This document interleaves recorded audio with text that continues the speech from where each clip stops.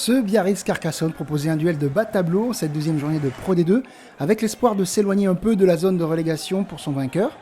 D'entrée et avec un pack plus fort, les Basques vont prendre les choses en main. On va s'organiser avec un maul pénétrant sur plusieurs mètres dont va s'extraire le talonneur Lévy. Passage obligé par le sol, Loukou n'a plus qu'à servir Guiri qui fête son retour de suspension par ce premier essai transformé du match.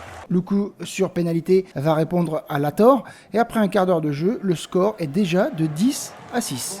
Pour être rentré par deux fois sur le côté d'un ruck, le troisième ligne Soqueta reçoit ce carton jaune de l'arbitre Vincent Blasco-Baquet. Adrien Lator permet donc à l'USC de coller au score et 10-9 au tableau d'affichage.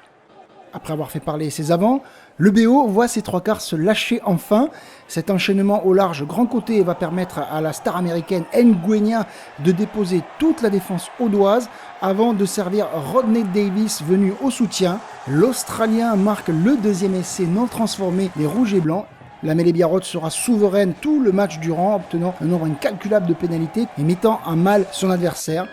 Et c'est bien sur ce 18-9 que la mi-temps sera sifflée au stade Aguilera en faveur du BOPB. Dès la reprise, les trois quarts jaunes et noirs se rebellent avec cette prise d'intervalle puis raffut de José Lima qui sert Lazarotto son ailier. L'ailier se fait pardonner de son carton jaune reçu dans le premier acte et pense même y aller seul, mais il est repris de justesse. Quelques temps de jeu plus tard sur la même action, c'est Adrien Lator qui profite d'un trou de souris pour aller sous les poteaux. Essai validé par l'arbitre et Lator transforme lui-même quand Carcassonne est à nouveau dans le match avec ce 18-16.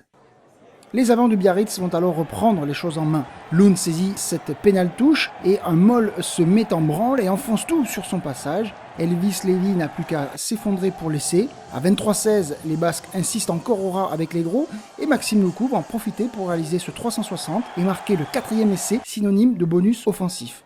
30-16 après transformation, le match est presque plié. Le pilier carcassonnais Laval entrave une libération de balle et cope d'un carton jaune et on se dit que la défaite va tourner à la déroute. Les joueurs de Darry Carrère et Auguste sont déchaînés et relancent depuis leur camp.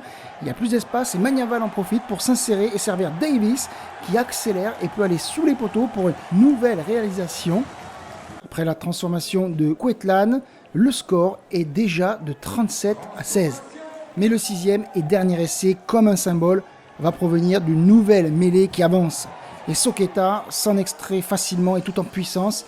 Il n'aura besoin de personne pour étendre son bras et marquer sous les yeux de l'arbitre. Quetlan transforme pour offrir ce 44-16 final. Le Biarritz Olympique enchaîne donc une quatrième victoire consécutive et double son adversaire du jour Carcassonne au classement où le BOPB ne cesse de remonter après des débuts difficiles.